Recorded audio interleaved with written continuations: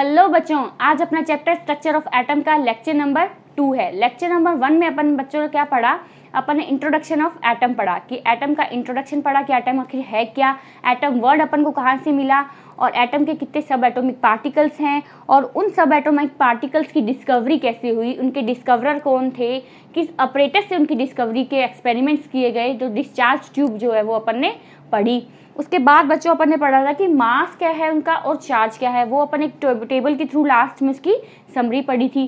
फिर अपन ने शुरू किया था अपना नेक्स्ट टॉपिक, सेकंड टॉपिक अपन ने अपना शुरू किया था, that is atomic models. Atomic models क्या है? एटॉमिक मॉडल्स में आप थॉमसन्स का मॉडल आप पहले पढ़ चुके थे। कल अपन ने थॉमसन का मॉडल पढ़ा था, जिसको अपन ने क्या नाम दिया था? प्लम पुडिंग मॉडल नाम दिया, रेजिंग पुडिंग मॉडल नाम दिया, और अपन ने इसको नाम दिया था वाटरमेलन मॉडल नाम दिया था। तो ये तो थे अपने थॉमसन के मॉडल के नेम्स और थॉमसन के मॉडल का डिस्क्रिप्शन अपने लास्ट क्लास में पढ़ चुके थे। चलिए नेक्स्ट टॉपिक और नेक्स्ट अपना मॉडल रहता है रदरफोर्ड्स मॉडल। रदरफोर्ड मॉडल को अब बच्चों 1911 में दिया गया और अल्फा पार्टिकल स्कैटरिंग एक्सपेरिमेंट भी इसे अपन कहते हैं। अल्फा पार्टिकल स्कैटरिंग एक्सपेरिमेंट क्या था इस एक्सपेरिमेंट में? इस एक्सपेरिमेंट को समझने से पहले अपन इसका पूरा सेटअप समझेंगे कि आखिर रदरफोर्ड ने इसका क्या सेटअप रखा, क्या ऑपरेटर्स यूज़ किए जिससे कि एक्सपेरिमेंट हुआ। चलिए शुरू करते हैं। यहाँ बच्चों अपने पास उन्होंने क्या रखा? एक लेड की ब्रिक रख दी, यूँ सी आकार में उन्होंने लेड की ब्रिक रख दी। अब इस ब्रिक के अंदर इन्होंने रख दिया alpha particle source. Alpha particle का सोर्स बिस्मिथ रख दिया इन्होंने, अल्फा पार्टिकल का सोर्स रख दिया जिससे कि अल्फा पार्टिकल्स निकलेंगे। ठीक है, फिर इन्होंने बच्चों क्या किया? इन्होंने यहाँ पर भी और यहाँ पर भी लेड ब्रिक्स रख दी। अब आप ये सोचेंगे कि यहाँ पर और यहाँ पर लेड ब्रिक्स रखने का मतलब क्या था, क्यों रखी उन्होंने बच्चों इसलिए रखी ताकि जो अल्फा पार्टिकल्स की रेज है, अल्फा पार्टिकल्स की जो रेज है वो क्या है, स्कैटर ना होके एक बीम के रूप में अपन को मिले। ठीक है, समझ रहे हैं आप लोग? एक बीम के रूप में मिले। अगर अपन ये मान लीजिए लेड ब्रिक्स नहीं रखते तो ये यूं करके पूरा स्कैटर हो जाता है ना, स्कैटर हो जाता। फिर ये गोल्ड फॉइल के अंदर से कैसे निकलता? कुछ ही जो इसके बीम थी वही निकलती गोल्ड फॉइल के अंदर से। तो इसलिए इन्होंने क्या किया, इन्होंने यहाँ पर दो यहाँ पे लेड ब्रिक्स रख दी जिससे कि बीम के थ्रू गोल्ड फॉइल में से निकल जाए। फिर उन्होंने रखा बच्चों अपने पास, ये लिखो मैंने लिखा भी है यहाँ पे, collimate alpha particles in a thin beam. एक थिन बीम के रूप में अल्फा पार्टिकल्स को हमें देता है। उसके बाद हमने यहाँ पे गोल्ड फॉइल रखा जो बहुत ही मिलिएबल है। गोल्ड फॉइल ही क्यों रखा?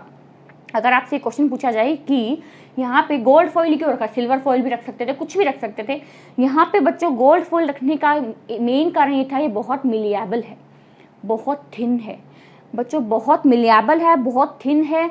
कोई भी हथौड़ा, हैमर से हम इस पर प्रहार करेंगे, हम इस पर मारेंगे तो एक थिन शीट के रूप में अपन को मिल जाता है, एक थिन शीट की फॉर्म में अपन को मिल जाता है। इसलिए अपन ने यहाँ पे क्या रखा? गोल्ड फॉइल रखा। गोल्ड फॉइल की थिननेस उसकी कितनी होती है? 10⁻⁻6 मीटर से 10⁻⁻8 मीटर इतनी होती है। इतनी कम इतना पतला होता है बच्चों ये।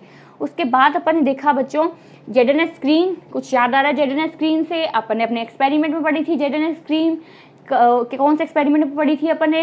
डिस्चार्ज ट्यूब में। डिस्चार्ज ट्यूब में अपन ने जेडन स्क्रीन, फास्फोरेसेंट मटेरियल की स्क्रीन अपन ने वहाँ पे भी यूज़ की थी। उसके बाद बच्चों आते हैं अपन, अब देख लीजिए इतना एक्सपेरिमेंट है। अब ये तो है नहीं कि ऐसा एक्सपेरिमेंट कर रहे हैं और आप लोग यूँ आँखों से देख रहे हैं कि एक्सपेरिमेंट चल रहा है।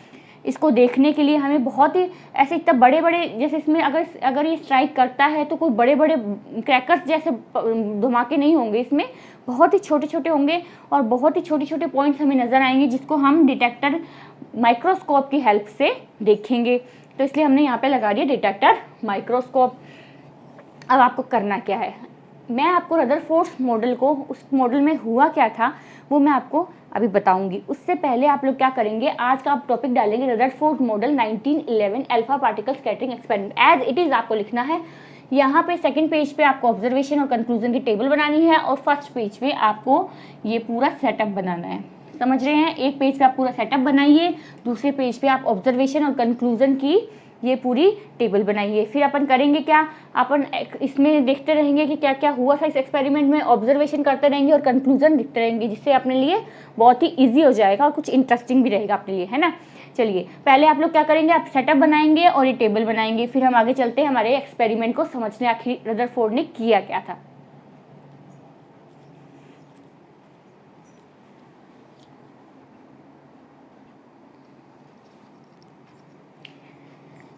चलिए बच्चों, अच्छे से ड्रॉ कर लिया होगा आप लोगों ने। बिल्कुल अच्छे से डायग्राम नोट कीजिए करेगा। जैसे भी जो भी मैं आपको डायग्राम बना रही हूँ तो बहुत ही नीट एंड क्लीन आपको डायग्राम ड्रॉ करना है, ताकि वो डायग्राम बाद में भी आपके समझ में आए। अक्सर क्या होता है, बच्चे वो डायग्राम उस टाइम तो जल्दी जल्दी भी नोट कर लेते हैं, बना लेते हैं जैसे तैसे, बाद में उनका डायग्राम उनको खुद को ही नहीं समझ में आता कि आखिर उसमें बनाया क्या है ना।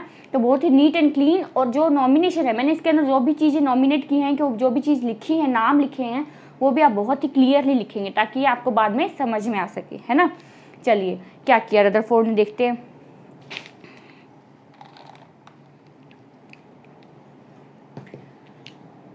रदरफोर्ड ने क्या किया, सबसे पहले तो मैं आपको लेके बता दूं, अल्फा पार्टिकल सोर्स हो, अल्फा पार्टिकल है क्या। अल्फा पार्टिकल क्या होते हैं बच्चों, He+2 हीलियम डबली चार्ज हीलियम को अपन कह देते हैं अल्फा पार्टिकल।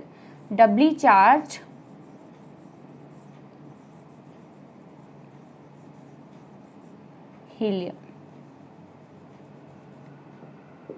हीलियम के ऊपर जब डबल चार्ज हो जाए, +2 चार्ज हो जाए, तो इसको अपन कह देते हैं डबली चार्ज हीलियम, ठीक है। और ये डबली चार्ज हीलियम क्या कहलाता है, अल्फा पार्टिकल। क्या किया इन्होंने, रदरफोर्ड ने देखा कि अल्फा पार्टिकल्स में जब उन्होंने अल्फा पार्टिकल्स की बौछार करवाई, अब हुआ क्या, बीम्स यूँ निकली, ठीक है, यूँ निकलते निकलते गोल्ड फॉइल में से निकली, और कई बीम्स जो थी वो सीधी जाकर डिटेक्टर पे चली गई, कोई डेविएशन नहीं हुआ, सीधी गई डिटेक्टर के ऊपर चली गई, ठीक है, सीधी आई,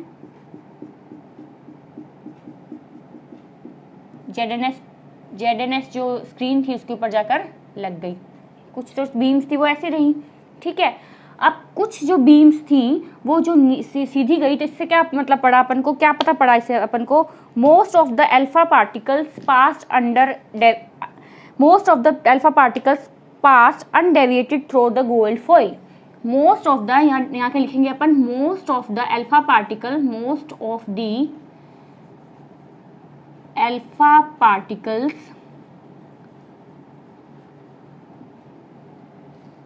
ये देखिए बच्चों, ये अल्फा पार्टिकल्स है। अल्फा पार्टिकल्स ये जो क्या था, बिना डेविएट हुए ये सीधे ही चले गए, बिना डेविएट हुए ये सीधे ही चले गए, past undeviated through gold foil, past undeviated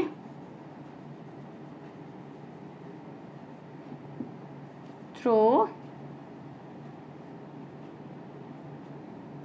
gold foil.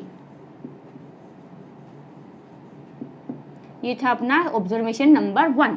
क्या रही ऑब्जर्वेशन नंबर 1 कि मोस्ट ऑफ, अधिकतर जो अल्फा पार्टिकल्स थे वो बिना डेविएटेड, बिना इधर उधर घूमे, सीधे जाकर गोल्ड फॉइल में से निकलते हुए वो पहुंच गए जेडएनएस स्क्रीन के ऊपर, स्ट्राइक कर चुके थे वो जेडएनएस स्क्रीन के ऊपर।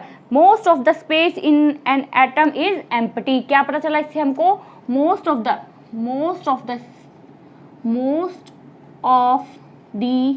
स्पेस इन एटम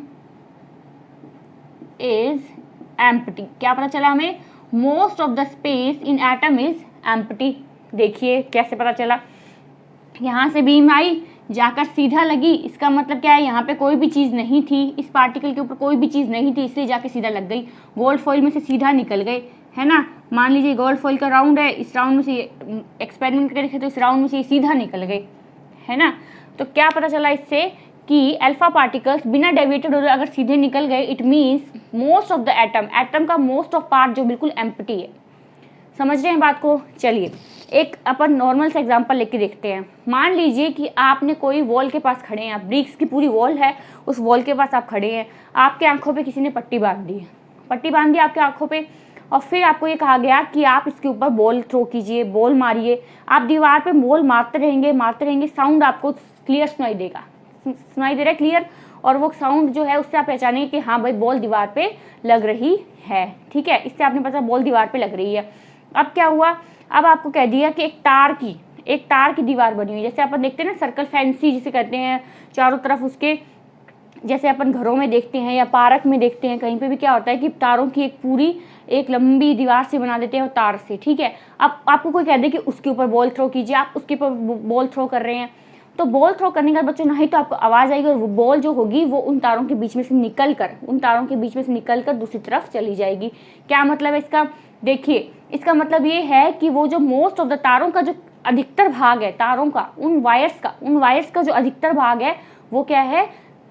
बिल्कुल स्पेस है उसके अंदर। अधिकतर भाग क्या है? एम्प्टी है। अधिकतर भाग क्या है? एम्प्टी। इसलिए वो बॉल जो थी इसके अंदर से निकल गई।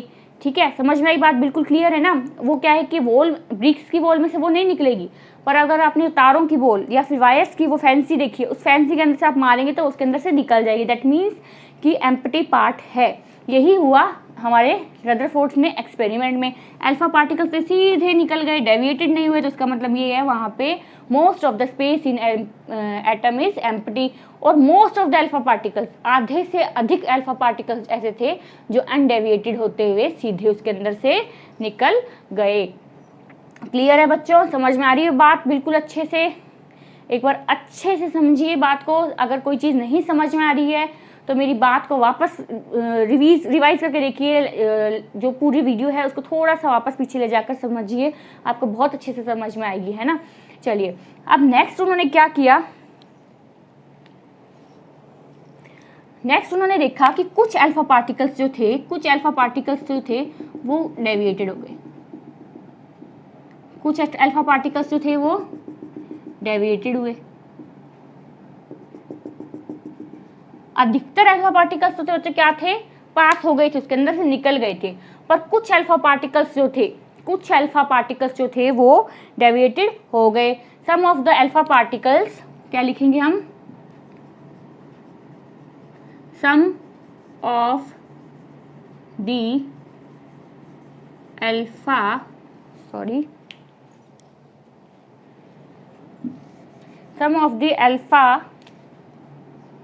particles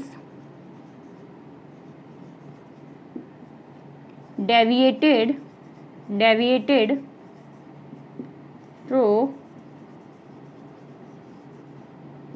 some of the alpha particles deviated through क्या लिखेंगे अपन इसको? Small angle. Deviated through small angle. कुछ अल्फा पार्टिकल्स जो थे वो स्मॉल एंगल से डेविएटेड हो गए, मतलब अपनी जगह छोड़कर वो उससे डेविएटेड हो गए, मतलब वो सीधे ना आकर डेविएटेड यानी कि एक दिशा में मुड़ गए। तो इससे अपन को क्या पता चला? Atom contain positive charge. ये था अपने पास फर्स्ट का कंक्लूजन। ये है अपने पास एटम कंटेन पॉजिटिव चार्ज। अब ये कैसे पता चल गया भाई एटम कंटेन पॉजिटिव चार्ज से? देखिए, पिछली क्लास में मैंने आप लोगों को बताया था कि अपोजिट जो चार्जेस होते हैं वो एक दूसरे को अट्रैक्ट करते हैं और जो सेम चार्जेस होते हैं वो एक दूसरे को रिपेल करते हैं। अपोजिट चार्जेस एक दूसरे को अट्रैक्ट करते हैं और सेम चार्जेस एक दूसरे को रिपेल करते हैं, है ना? तो अपन ने देखा डबली चार्ज है, ये +2 चार्ज है, यानी कि इसमें भी कोई ना कोई +2 चार्ज है। गोल्ड फॉइल में मतलब इस एटम में भी कोई ना कोई प्लस चार्ज है, तभी डेविएटेड हो गया। इसका प्लस चार्ज और उसका प्लस चार्ज एक दूसरे को रिपेल किया, रिपेल करने पे वो डेविएटेड हो गया और जो अपनी रेस थी वो क्या होगी? डेविएटेड होकर दूसरी तरफ चली गई। क्लियर है? समझ में आती है बात बिल्कुल अच्छे से? प्लस चार्ज है इसके अंदर कुछ, तभी ये डेविएटेड हो गया। मान लीजिए यहाँ पे अगर कोई प्लस चार्ज पड़ा है, यहाँ पे मान लीजिए कोई प्लस चार्ज पड़ा है, तो ये इसकी प्लस रेज आएंगी तो ये प्लस चार्ज से क्या होगी? डेविएटेड हो जाएंगी, है ना? तो ये क्या हुआ? Some of the alpha particles deviated through small angle से वो डेविएटेड हो गए। इसको अपन ने कह दिया atom contain positive charge. Atom के पास कुछ पॉजिटिव चार्ज है। एक बार आप इसको अपने आप से पढ़ के देखिए 2 मिनट के लिए, मैं आपको 2 मिनट का टाइम दे रही हूँ, आप एक बार खुद से पढ़ के देखिए। इतनी बातें आपके क्लियर है ना? उसके बाद मैं आपको थर्ड पॉइंट की तरफ लेके चलती हूँ।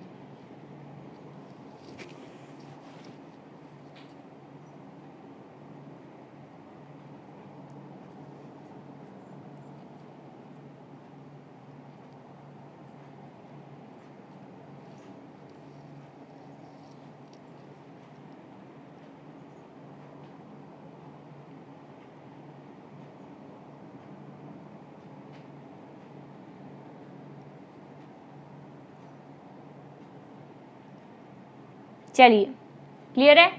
चलिए अब उन्होंने क्या देखा कि कुछ अल्फा पार्टिकल्स गए और इसी से लौट के वापस आ गए, जिस एंगल पे गए उसी एंगल से लौट के वापस आ गए। बहुत ही कम पार्टिकल्स ऐसे थे बच्चों, बहुत ही कम पार्टिकल्स। मान लीजिए कि 20,000 में से सिर्फ एक पार्टिकल, 20,000 में से सिर्फ एक पार्टिकल ऐसा था जो बच्चों उससे डेविएटेड होकर वापस हमारे पास क्या है आ गया। जिस पाथ पे गया था उस पाथ से ही लौट के वापस आ गया। ए वेरी फ्यू अल्फा पार्टिकल्स वर डेविएटेड बैक। ए वेरी फ्यू अल्फा पार्टिकल्स, ए वेरी फ्यू अल्फा पार्टिकल्स, कितने अल्फा पार्टिकल्स बोले मैंने आपको? ए वेरी फ्यू, यानी कि 20,000 में से सिर्फ एक अल्फा पार्टिकल, 20,000 में से सिर्फ एक alpha particle, 1 out of 20,000 were deviated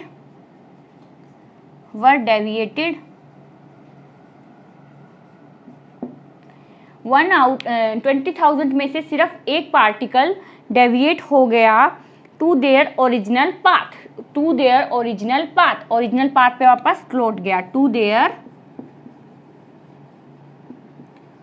original. बहुत ही इंटरेस्टिंग है ना, समझ में आ रही है बात बिल्कुल क्लियरली। कुछ थे जो सीधे निकल गए, कुछ थे थोड़ी से डेविएट हुए, और कुछ थे जो पूरी तरीके से डेविएट होकर वापस आ गए, है ना।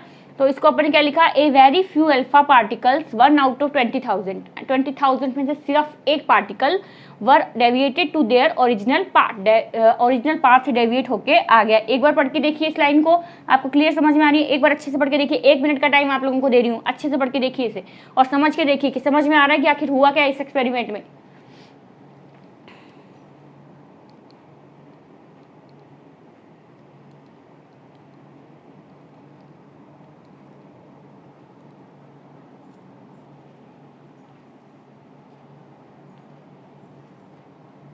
चलिए क्या लिखा, क्या कंक्लूजन निकला इसमें निकला कि सारा जो पॉजिटिव चार्ज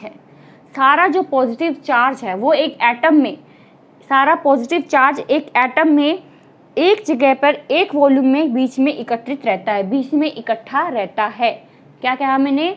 सारा जो पॉजिटिव चार्ज है बीच में, यानी कि मान लीजिए यहाँ पॉजिटिव चार्ज पूरा इकट्ठा है।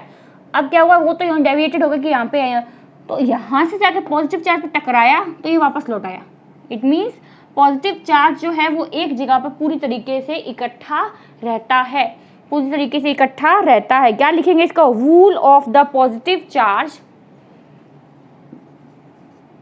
Wall of the positive charge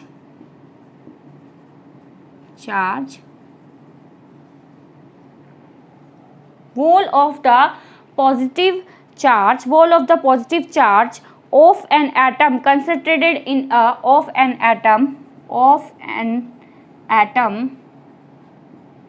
concentrated in a small volume। क्या लिखा अपन ने? wall of the positive charge of an atom concentrated in a small volume, और उस वॉल्यूम को क्या नाम दे दिया? is called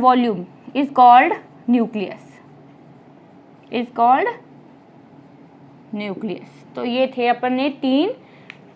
चलिए एक बार फिर से पढ़ते हैं, देखते हैं आखिर हुआ क्या था। अपन ने क्या किया? अल्फा पार्टिकल्स थे, अल्फा पार्टिकल्स की रेज गई, जो कुछ रेज थी वो सीधी निकल गई, ZNS पे जाके स्ट्राइक किया, और इसको अपन ने कह दिया most of the alpha particles passed undeviated through gold foil.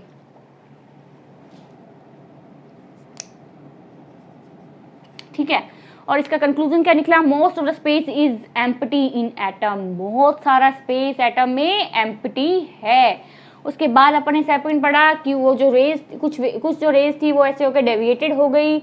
इसको अपन पढ़ा some of the alpha particles deviated through small angle, कुछ अल्फा पार्टिकल्स स्मॉल एंगल से डेविएटेड हो गए। इसको अपन ने क्या लिखा, atom contains positive charge, atom में कुछ ना कुछ पॉजिटिव चार्ज है, इसलिए उसने क्या किया, उसे रिपेल कर दिया।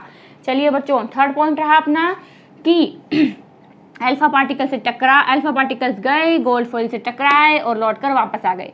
अब देखिए अल्फा पार्टिकल्स जो होते हैं उनमें बहुत ही मास उनका बहुत ही कम होता है बच्चों, मास बहुत कम होता है। मान लीजिए कि एक बड़ा तोप का गोला आपने फेंका और टिश्यू से टकरा कर वापस आ गया। ऐसा कभी हो सकता है? आपने कभी सोचा ऐसा कि कोई बड़ा तोप का गोला आपने फेंका और टिश्यू से टकरा कर वो वापस आ गया? ऐसा तो हो ही नहीं सकता। टिश्यू के में तो बहुत ही कम, बहुत ही मिलायबल, बहुत ही थिन होती है इसकी लेयर। और वैसे ही इनको यहाँ लगा कि भाई एक लौट के वापस कैसे आ गया। फिर उन्होंने देखा, उन्होंने कंक्लूजन निकाला कि सारा जो पॉजिटिव चार्ज होता है वो बीच में एकत्रित रहता है। मैंने आपको शुरू में बनाई थी, शुरू में मैंने आपको एटम की स्ट्रक्चर बताई थी बच्चों, उसमें अपन ने देखा था पॉजिटिव चार्ज, प्रोटॉन और न्यूट्रॉन बीच में थे। न्यूट्रॉन पे कोई चार्ज नहीं होता, प्रोटॉन पे पॉजिटिव चार्ज होता है, वो बीच में थे। तो उसको उन्होंने कह दिया न्यूक्लियस। किसी भी एटम के बीच में न्यूक्लियस होता है, जिससे न्यूक्लियस से टकरा कर ये वापस आ गया। जब पॉजिटिव चार्ज डेविएटेड होता जा रहा था, फिर जब इसके पास गया तो लौट के वापस आ गया, और जब सीधी सीधी जा रही थी तब उसके ऊपर कोई भी चार्ज नहीं था, एम्प्टी स्पेस भी था। तो भाई इतना दिया था अपन को रेडी। रदरफोर्ड जी ने हमें यह बताया था। ये एक्सपेरिमेंट रहा हमारा रदरफोर्ड जी का, बहुत इंटरेस्टिंग सा एक्सपेरिमेंट था, बहुत मज़ा आएगा आप लोगों को पढ़ने में। अच्छे से उतार लीजिए एक बार, फिर हम इसके कुछ और पॉइंट्स देखते हैं इस एक्सपेरिमेंट के। चलिए अच्छे से नोट डाउन कीजिए।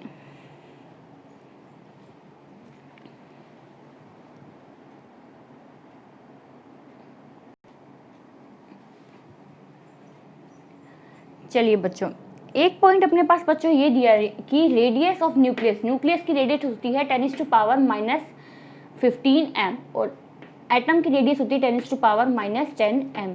यानी कि जो न्यूक्लियस होता है बच्चों, वो एटम से 1,00,000 गुना छोटा होता है। न्यूक्लियस एटम से 1,00,000 टाइम्स छोटा, 1,00,000 टाइम शॉर्ट, 1,00,000 टाइम स्मॉल होता है। ठीक है, समझ में आ रही है? रेडियस ऑफ न्यूक्लियस क्या होती है 10⁻⁻15 m और रेडियस ऑफ एटम होती है 10⁻⁻10 m।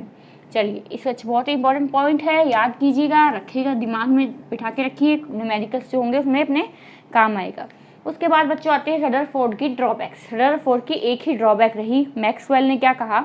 मैक्सवेल ने बोला कि जब भी कोई भी जो पार्टिकल होता है, मान लीजिए कि वो अगर ऐसे ऐसे करके घूम रहा है, उन्होंने बोला अगर ऐसे ऐसे करके घूम रहा है तो भाई वो घूमता है, कुछ ना कुछ एनर्जी जो है वो लूज़ करेगा, एनर्जी जो है वो एमिट करेगा। मान ली यहाँ से उसने एनर्जी निकाल दी, फिर इसमें गया, फिर उसकी एनर्जी निकल गई, फिर इसमें गया, फिर उसकी एनर्जी निकल गई। तो ऐसे निकलते निकलते ऐसा होना चाहिए कि वो उसके पार्टिकल के, यानी कि जो इलेक्ट्रॉन है वो घूमता घूमता जाकर न्यूक्लियस के अंदर गिर जाना चाहिए। क्या बोले मैक्सवेल ने बोला कि जो पार्टिकल है अगर वो यूं घूमता घूमता जा रहा है तो एनर्जी एमिट होनी चाहिए, और एनर्जी एमिट हो गई है तो इसका मतलब जाके वो न्यूक्लियस के अंदर गिर जाना चाहिए। इसलिए ये मोमेंट जो है उन्होंने बोला सर्कुलर जो मोमेंट, सर्कुलर जो पाथ है उनको इन्होंने ये बताया कि ऐसे गिर जाना चाहिए। ये एक ड्रॉबैक थी रदरफोर्ड के मॉडल की। क्या थी? ड्रॉबैक थी रदरफोर्ड के मॉडल की। यहाँ अपना टॉपिक एटॉमिक मॉडल का सेकंड मॉडल, एटॉमिक मॉडल्स का सेकंड मॉडल रदरफोर्ड मॉडल जो है वो खत्म होता है। अब हमारा थर्ड मॉडल रहेगा बोहर्स मॉडल। चलिए अच्छे से नोट डाउन कर लीजिए। क्लियरली आपने डायग्राम बना लिया एक्सपेरिमेंट के। अच्छे से 2 या 3 कलर के पेन लीजिए, उन पेन से अपने आप दिखाइए कि ये यहाँ पे सीधी जा रही है, डेविएटेड है और मुड़ गई है वापस। अच्छे तरीके से बच्चों डायग्राम ड्रॉ कीजिएगा। अगर आपने डायग्राम अच्छे से ड्रॉ कर लिया तो आप एग्जाम के पास जाके इस डायग्राम को देख के भी आप सब कुछ बता सकते हो कि आखिर आपने इस एक्सपेरिमेंट में पढ़ा क्या था। ठीक है, चलिए अब नेक्स्ट टॉपिक की तरफ चलते हैं। बोहर्स मॉडल, बोहर का model.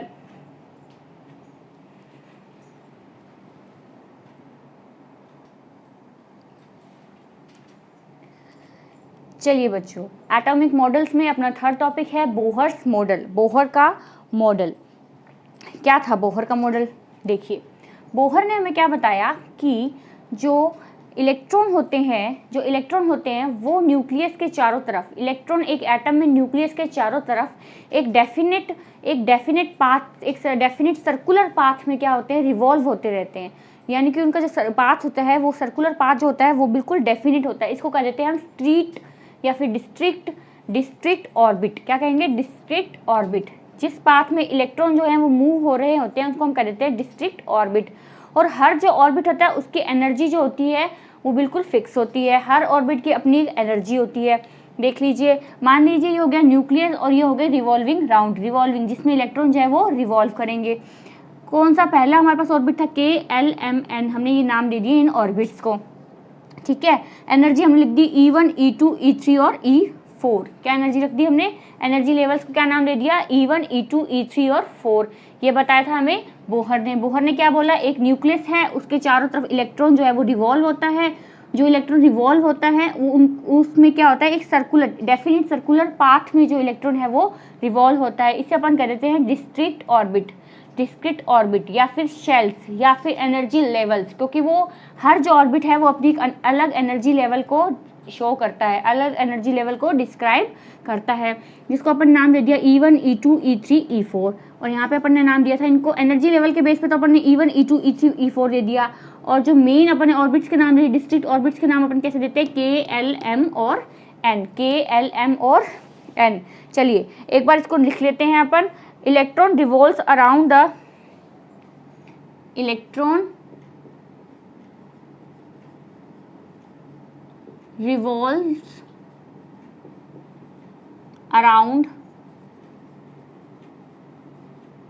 the nucleus in atom,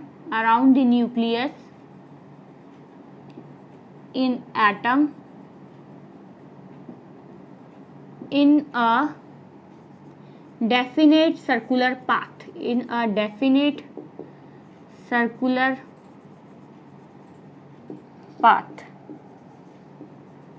and these paths are called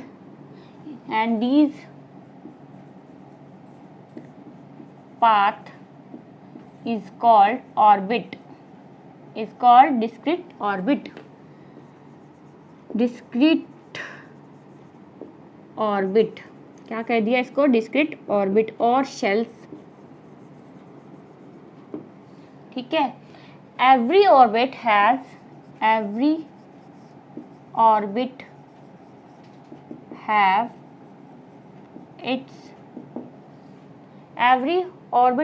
its definite energy।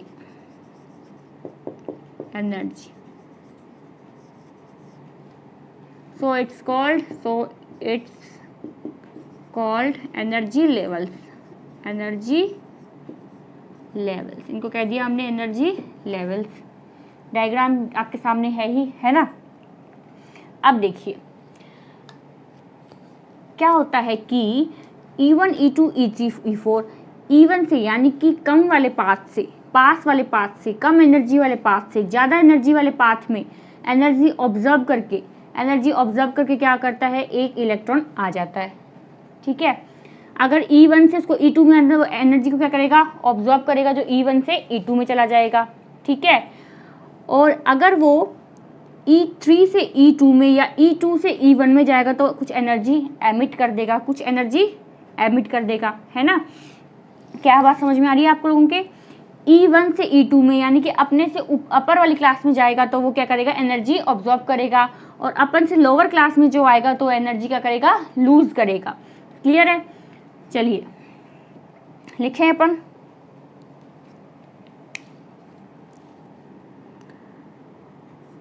Add energy.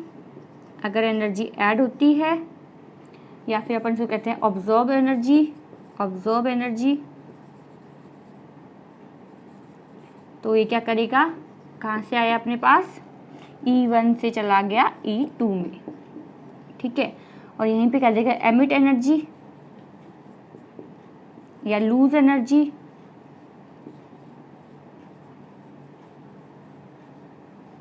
तो ये अपने पास चला जाएगा E2 से E3 में, या फिर आप बोल दोगे E3 से E4 में, या फिर आप बोल दोगे E1 से E2 में। क्लियर है। वैसे ये E1 से E2 में जा सकता है, E2 से E3 में जा सकता है, E3 से E4 में जा सकता है।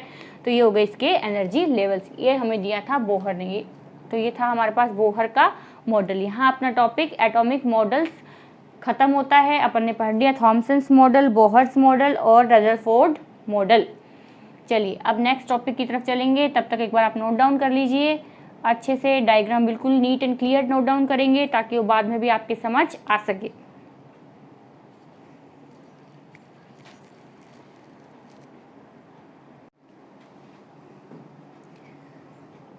चलिए बच्चों, नेक्स्ट अपना टॉपिक है atomic mass and atomic number. क्या होता है एटॉमिक मास और एटॉमिक नंबर? चलिए, जो नंबर ऑफ प्रोटॉन है बच्चों, अपन को पता है कि न्यूक्लियस के अंदर क्या होता है, प्रोटॉन और न्यूट्रॉन प्रेजेंट होते हैं, ठीक है। जो नंबर ऑफ प्रोटॉन है उसको अपन कह देते हैं एटॉमिक नंबर। एटॉमिक नंबर क्या हो गया, number of proton.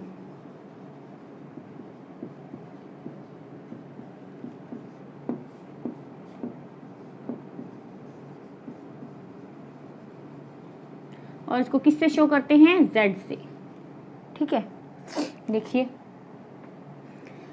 For example hydrogen, hydrogen का एटॉमिक नंबर है 1, यानी कि प्रोटॉन का नंबर उसमें कितना है 1। फिर उसके बाद में देख लीजिए कार्बन, कार्बन का एटॉमिक नंबर है 6, यानी कि नंबर ऑफ प्रोटॉन कितने हैं 6।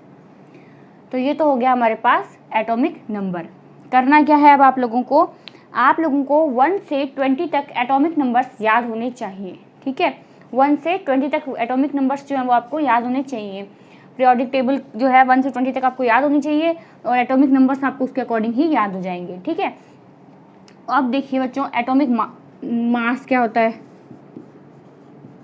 एटॉमिक मास क्या होगा, atomic mass number of proton plus number of neutron. Neutron और प्रोटॉन के नंबर्स को दोनों को अगर जोड़ दिया जाए तो हमारे पास आ जाएगा atomic mass. Number of proton and number of neutron is equal to atomic mass. For example nitrogen, nitrogen का एटॉमिक नंबर होता है 7, ठीक है।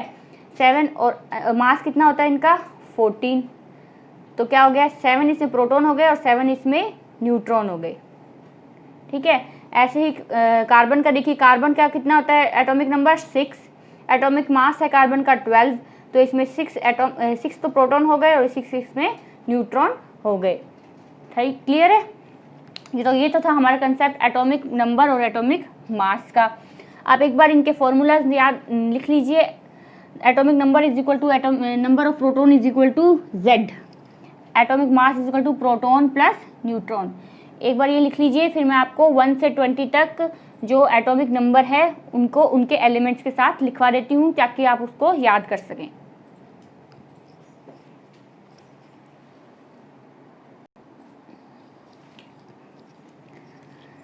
चलिए बच्चों, देखते हैं एटॉमिक नंबर। हमारी जो पीरियोडिक टेबल में है उसमें हमारे को फर्स्ट एलिमेंट दिया गया है हाइड्रोजन। फर्स्ट एलिमेंट क्या है अपने पास, हाइड्रोजन। सिंबल क्या है हाइड्रोजन का, H। तो एटॉमिक नंबर हो गया हाइड्रोजन का 1। सेकंड नंबर पे है हीलियम, थर्ड नंबर पे है लिथियम, फोर्थ नंबर पे है बेरिलियम, फिफ्थ नंबर पे अपने पास है बोरोन, सिक्स नंबर पे अपने पास है कार्बन, 7 में अपने पास है नाइट्रोजन, 8th में अपने पास है ऑक्सीजन, 9th में अपने पास है फ्लोरीन, 10th में अपने पास है नियॉन, 11th में सोडियम, 12th में मैग्नीशियम और 13th में है एल्यूमिनियम, 14th अपने पास है सिलिकॉन, 15th अपने पास है phosphorus, 16 is sulphur, 17 is chlorine, 18 is argon, 19 is potassium and last 20 is calcium। तो ये तो हैं बच्चों अपने पास 1 से 20 तक एटॉमिक नंबर, उनके सिंबल्स, उनके एलिमेंट्स के नेम। ये आपको क्या करना है, अभी नोट डाउन भी करने हैं और आपको ये याद भी करने हैं 1 से 20 तक, ठीक है। 11th 12th में जाकर आपको इसकी कुछ ट्रिक्स बताई जाएंगी याद करने के लिए। पर अभी क्योंकि क्या है कि इसमें बहुत ही कम नंबर आपको याद करवाए जा रहे हैं, सिर्फ 1 से 20 तक, तो इसके लिए आपको कोई ट्रिक की ज़रूरत नहीं है। इतना आपके माइंड में हमेशा रहना चाहिए, इसके लिए आपको कोई ट्रिक की ज़रूरत नहीं है, ठीक है। नोट डाउन कर लीजिए, नेक्स्ट क्लास तक आपको अच्छे से टिप्स पे ये याद होने चाहिए। चलिए एक बार नोट डाउन कर लीजिए।